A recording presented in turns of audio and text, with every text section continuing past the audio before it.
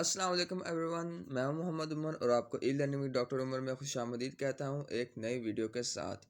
تو اگر آپ بھی گوروں کی طرح بہت ہی فلوئنٹلی انگلش بولنا چاہتے ہیں اور آپ چاہتے ہیں کہ آپ بھی انگلش میں مہارت حاصل کریں، تو آج کا یہ لیکچر اور آج کی ویڈیو آپ کے لیے بہت ہی امپورٹنٹ ہونے والی ہے، کیونکہ میں آج کی ویڈیو میں کچھ خاص ایسے پوائنٹس اور ایسی ٹپس آپ کے لیے لے کر آیا ہوں جو آپ کو انگلش اچھی طرح سیکھنے میں اور بولنے میں بہت ہیلپ فل ہونے والے ہیں۔ تو چلیے ویڈیو کے مین ٹاپک کی طرف چلتے ہیں، that is how to speak English fluently, English کو روانی کے ساتھ کیسے بولا جائے۔ تو جی ہمارا ٹپ نمبر 1 ہے practice English as much as you can, یعنی کہ آپ انگلش کو جتنا زیادہ پریکٹس کر سکتے ہیں کریں۔ Talk with everyone in English, ہر ایک کے ساتھ انگلش میں بات کرنے کی کوشش کریں، اپنے دوستوں کے ساتھ، اپنے بہن بھائیوں کے ساتھ، گھر میں، باہر، ہر جگہ۔ And be patient, a very important point. کچھ لوگ سمجھتے ہیں کہ جی میں نے ایک دن پریکٹس کی انگلش کی، 2 دن کی، لیکن مجھے تو کچھ خاص فرق نہیں محسوس ہوا۔ تو جی یہ کوئی اتنا آسان پروسیس نہیں، آپ کو کم سے کم 1 مہینہ ضرور لگے گا، لیکن اس 1 مہینے کے اندر آپ اگر بھرپور پریکٹس کریں گے دین بلیو می آپ انگلش پہ بہت زیادہ مہارت حاصل کر لیں گے۔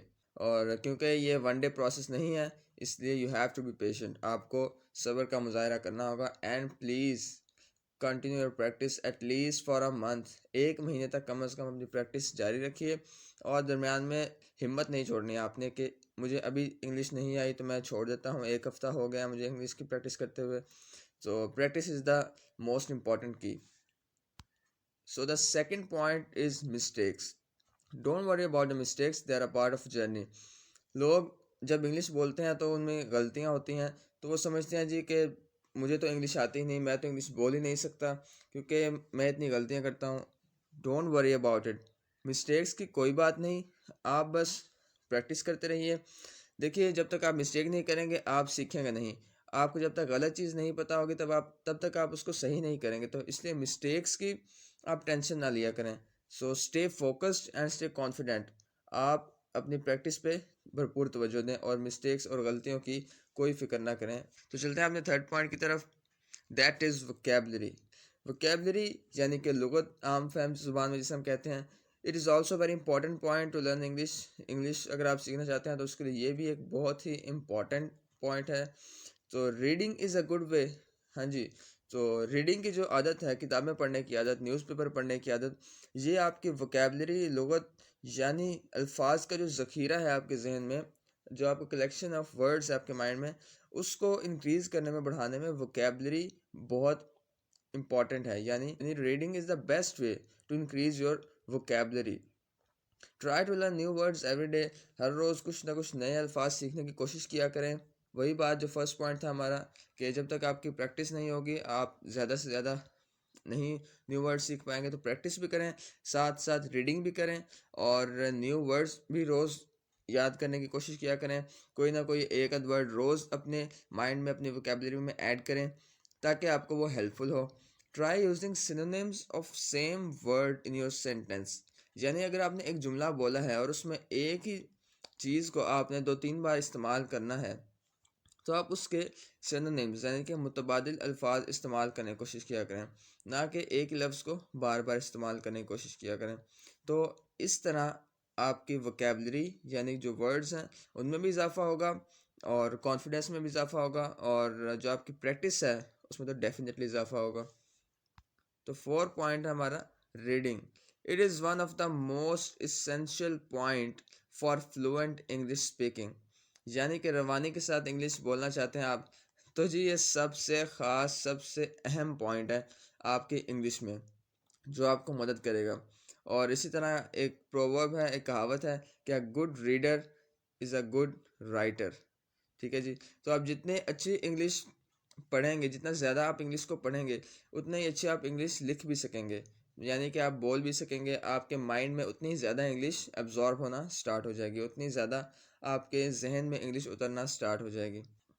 تو 5th پوائنٹ ہے ہمارا کانفیڈنس، یہ میں سمجھتا ہوں کہ اگر پریکٹس کے بعد کوئی سب سے زیادہ امپورٹنٹ پوائنٹ ہے تو وہ ہے کانفیڈنس۔ لوگ اکثر 1 ہفتہ پریکٹس کرتے ہیں، 10 دن پریکٹس کرتے ہیں، اس کے بعد سمجھتے ہیں کہ جی مجھ سے تو ہوگی نہیں انگلش، میں تو انگلش بول ہی نہیں سکتا ہی سکتی، تو وہ چھوڑ دیتے ہیں۔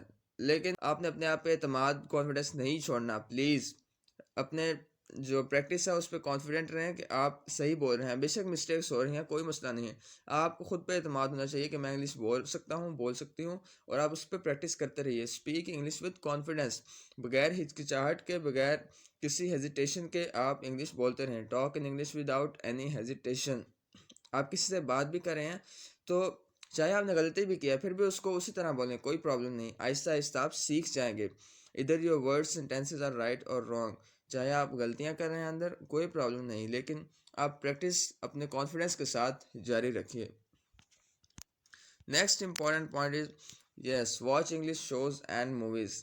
جس طرح میں نے ابھی ریڈنگ کی بات کی کہ reading is the most essential point, تو اسی طرح یہ watch English shows and movies یہ پوائنٹ بھی ہمارا بہت امپورٹنٹ ہے، کیونکہ جب آپ انگلش شوز اور موویز دیکھیں گے تو آپ ان میں انگلش سنیں گے، and listening is good for improving your English.